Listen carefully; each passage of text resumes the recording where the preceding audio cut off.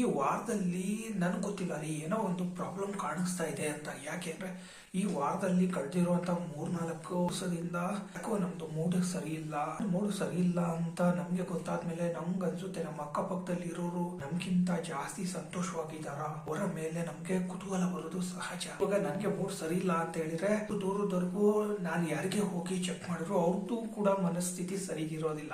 ಅಲ್ಲಿ ಏನ್ ಕನೆಕ್ಷನ್ ಇದೆ ಅಂತ ನನಗೂ ಕೂಡ ಗೊತ್ತಿಲ್ಲ.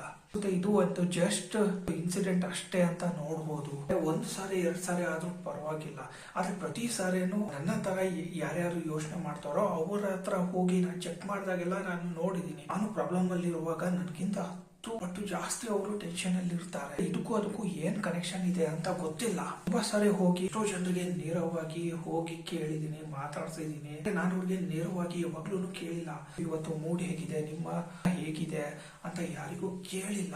ಕೂಡ ಅವರಾಗೆ ನಂಗೆ ನೇರವಾಗಿ ಹೇಳ್ತಾರೆ, ನೋಡ್ರಿ ಇವತ್ತ್ಯಾಕೋ ನನ್ನ ಟೈಮ್ ಸರಿ ಇಲ್ಲ, ಹಿಡಿದಿರುವಂತ ಕೆಲಸ ಯಾವ್ದು ಕಂಪ್ಲೀಟ್ ಆಗಿಲ್ಲ, ಯಾರ ಜೊತೆ ನಾನು ಮಾತಾಡೋದಿಕ್ಕೆ ಹೋದ್ರೆ ಅಲ್ಲೂ ಕೂಡ ಪ್ರಾಬ್ಲಮ್ ಆಗ್ತಾ ಇದೆ. ಅವರು ಹೇಳೋರು ಯೋಚನೆ ಮಾಡ್ತಾ ಇದ್ದೆ, ಅಲ್ಲ ಇವ್ರು ನನಗೆ ತೊಂದರೆ ಕೊಟ್ಟರು ಕೂಡ ನಾನು ಇವ್ರಿಗೆ ನೇರವಾಗಿ ಬ್ಲೇಮ್ ಮಾಡಿಲ್ಲ.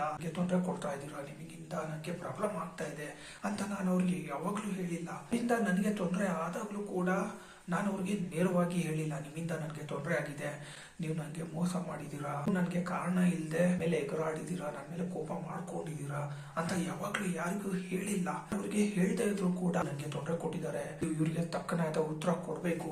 ಇದು ಕೂಡ ನಾನು ಅವ್ರಿಗೆ ಬ್ಲೇಮ್ ಮಾಡಿಲ್ಲ, ಅವ್ರಿಗೆ ಉತ್ತರ ಕೊಟ್ಟಿಲ್ಲ, ಅವ್ರ ಬಗ್ಗೆ ಕೆಟ್ಟದಾಗಿ ನಾನು ಯೋಚನೆ ಮಾಡಿಲ್ಲ. ಆದ್ರೆ ಅವ್ರಿಗೆ ಬ್ಯಾಕ್ ಫೈರ್ ಆಗಿದೆ. ನನ್ನ ಮೇಲೆ ಏನೇನೋ ಪ್ಲಾನ್ ಮಾಡಿ ನನ್ಗೆ ತೊಂದರೆ ಕೊಡೋದಕ್ಕೆ ಪ್ರಯತ್ನ ಪಟ್ಟು ಕೊನೆಗೆ ಸೋತಿದ್ದಾರೆ. ಆಂಗಲ್ ಅಲ್ಲಿ ಕೂಡ ಅವರು ಯೋಚನೆ ಮಾಡಿದ್ದಾರೆ, ಮನುಷ್ಯ ಹೇಗಿದ್ದಾನೆ, ಈತನ ಕ್ಯಾರೆಕ್ಟರ್ ಹೇಗಿದೆ ಅಂತ ಎಷ್ಟೋ ಸಾರಿ ಚೆಕ್ ಮಾಡಿ ಕೊನೆಗೆ ಅವರು ಒಂದು ನಿರ್ಧಾರಕ್ಕೆ ಬಂದ್ಬಿಟ್ಟಿದ್ದಾರೆ. ಓ ರವೀಂದ್ರ ಒಳ್ಳೆ ಮನುಷ್ಯ, ಮನಸ್ಸಿಂದ ಕೂಡ ನಮ್ಮ ಬಗ್ಗೆ ಯಾವಾಗ್ಲೂ ಕೆಟ್ಟದಾಗಿ ಯೋಚನೆ ಮಾಡಿಲ್ಲ, ಬಗ್ಗೆ ಪಾಸಿಟಿವ್ ಆಗಿ ಯಾವಾಗ್ಲೂ ಥಿಂಕ್ ಮಾಡ್ತಾರೆ. ಅವ್ರಿಗೆ ಸತ್ಯ ಗೊತ್ತಿಲ್ಲ, ನಾನು ಅವರ ಬಗ್ಗೆ ನೆಗೆಟಿವ್ ಆಗಿ ಯೋಚನೆ ಮಾಡ್ತೀನಿ, ಆದ್ರೆ ಅದನ್ನ ಅವರ ಅರಿವಿಗೆ ತಗೊಂಡ್ಬರೋದಕ್ಕೆ ನಾನು ಅವಕಾಶ ಕೊಟ್ಟಿಲ್ಲ. ನನ್ನ ಬಿಹೇವಿಯರ್ ಅಲ್ಲಿ ನೋಡ್ತಾರೆ. ಈಗ ಅದು ಒಬ್ಬ ಮನುಷ್ಯ, ಆತನ ಬಿಹೇವಿಯರ್ ಅವಕಾಶ ಸಿಕ್ಕಾಗ ಯಾವ ತರ ರಿಯಾಕ್ಷನ್ ಕೊಡ್ತಾನೆ, ಸೈಲೆಂಟ್ ಆಗಿರುವಾಗ ಯಾವ ತರ ರಿಯಾಕ್ಷನ್ ಕೊಡ್ತಾನೆ, ಮನಸ್ಸಿನಲ್ಲಿ ಏನಿದೆ ಅಂತ ಅವರು ಅವರ ಮಾತಾಡುವಂತ ಶೈಲಿನಲ್ಲಿ ಪದೇ ಪದೇ ಟೆಸ್ಟ್ ಮಾಡಿ ನೋಡಿರ್ತಾರೆ. ಅವರು ಎಷ್ಟೇ ಟೆಸ್ಟ್ ಮಾಡಿದ್ರು ನನ್ನಲ್ಲಿ ಆ ಒಂದು ಬಿಹೇವಿಯರ್ ಸಿಕ್ಕಿಲ್ಲ. ಕೊನೆಗೆ ಎಲ್ಲರೂ ಡಿಸೈಡ್ ಆಗ್ಬಿಟ್ಟಿದ್ದಾರೆ ನಾನು ತುಂಬಾ ಒಳ್ಳೆ ಮನುಷ್ಯ ಅಂತ.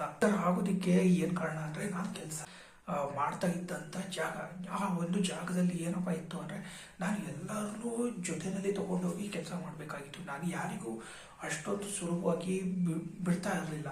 ಅಂದ್ರೆ ಎಲ್ಲರ ಜೊತೆಗೂ ತುಂಬಾ ಚೆನ್ನಾಗಿ ಮಾತಾಡ್ತಾ ಇದ್ದೆ, ಒಳ್ಳೆ ರಿಯಾಕ್ಷನ್ ಇಟ್ಟಿದ್ದೆ, ಒಂದು ಒಳ್ಳೆ ರಿಲೇಶನ್ಶಿಪ್ ಬಾಂಡಿಂಗ್ ಇಟ್ಟಿದೆ. ಅಂದ್ರೆ ರಿಲೇಶನ್ಶಿಪ್ ಅಂದ್ರೆ ಅವ್ರ ಜೊತೆಗೆ ಚೆನ್ನಾಗಿ ಮಾತಾಡೋದು, ಅವರನ್ನ ಹೊಗಳೋದು, ಅವ್ರ ಕೆಳಗಡೆ ಚಮಚಗಿರಿ ಮಾಡೋದು ಆ ತರ ಮಾಡಿಲ್ಲ. ಅಂದ್ರೆ ಆದಷ್ಟು ನನ್ನ ಮಾತಿನಲ್ಲಿ ಅವ್ರಿಗೆ ಹರ್ಟ್ ಆಗದೆ ಇರೋ ತರ ನೋಡ್ಕೊಂತಾ ಇದ್ದೆ. ಯಾರಾಗಿ ಹೇಳ್ಬೇಕಂದ್ರೆ ನಾನು ಅವ್ರ ಜೊತೆಗೆ ಮಾತಾಡುವಾಗ ಯಾವಾಗ್ಲೂ ಒಂದಿಗೆ ಹರ್ಟ್ ಆಗೋತಾರ, ಅವ್ರಿಗೆ ತೊಂದರೆ ಆಗೋತಾರ ನಾನು ಅವ್ರಿಗೆ ನೇರವಾಗಿ ಹಾವಿ ಮಾಡೋದು ಆ ತರದ್ದು ಏನೂ ಮಾಡ್ತಾ ಇರ್ಲಿಲ್ಲ. ನಾನು ಏನ್ ಫಾಲೋ ಮಾಡ್ತಾ ಇದ್ದೆ ಅಂದ್ರೆ ಆದಷ್ಟು ಏನ್ ಮಾತಾಡಬೇಕು ಅನ್ನೋದನ್ನ ಯೋಚನೆ ಮಾಡ್ತಾ ಇರ್ಲಿಲ್ಲ. ಅವ್ರಿಗೆ ನಾನು ಏನ್ ಮಾತಾಡಿದ್ರೆ ಅವ್ರಿಗೆ ಹರ್ಟ್ ಆಗುತ್ತೆ ಅದನ್ನ ಯೋಚನೆ ಮಾಡಿ ಮಾತಾಡ್ತಾ ಇದ್ದೆ. ಅದು ಒಂದು ಯೋಚನೆ ಇದೆ ಅಲ್ವಾ, ಅವರ ಮೈಂಡ್ ಅಲ್ಲಿ ನನ್ನ ಬಗ್ಗೆ ಒಂದು ಪಾಸಿಟಿವ್ ಯೋಚನೆಗಳು ಇಟ್ಟಿದೆ. ಅಂದ್ರೆ ನನ್ನ ಹೆಸರು ಬಂದ್ರೆ ಸಾಕು ಅವರು ಒಂಥರ ಸಂತೋಷ ಆಗ್ತಾರೆ. ಓ ಈ ತರ ತುಂಬಾ ಒಳ್ಳೆ ಮನುಷ್ಯ, ನಾನೇ ಹೋಗಿ ಹೇಳಿದ್ರು ಕೂಡ ಅವರು ನಂಬೋದಿಲ್ಲ, ನಾನು ಒಳ್ಳೆ ಮನುಷ್ಯ ಅಲ್ಲ, ನಾನು ತಲೆ ಕೆಟ್ಟರೆ ಯಾವಾಗ ಏನ್ ಮಾಡ್ತೀನಿ ಅಂತ ಗೊತ್ತಿಲ್ಲ ಅಂತ ಹೇಳಿದ್ರು ಕೂಡ ಯಾರು ನಂಬೋದಿಲ್ಲ.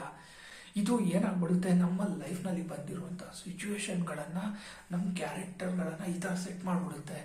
ಇದು ಎಲ್ಲರ ಲೈಫ್ ನಲ್ಲೂ ಆಗೋದಿಲ್ಲ, ವೆರಿ ರೇರ್ ಕೇಸ್.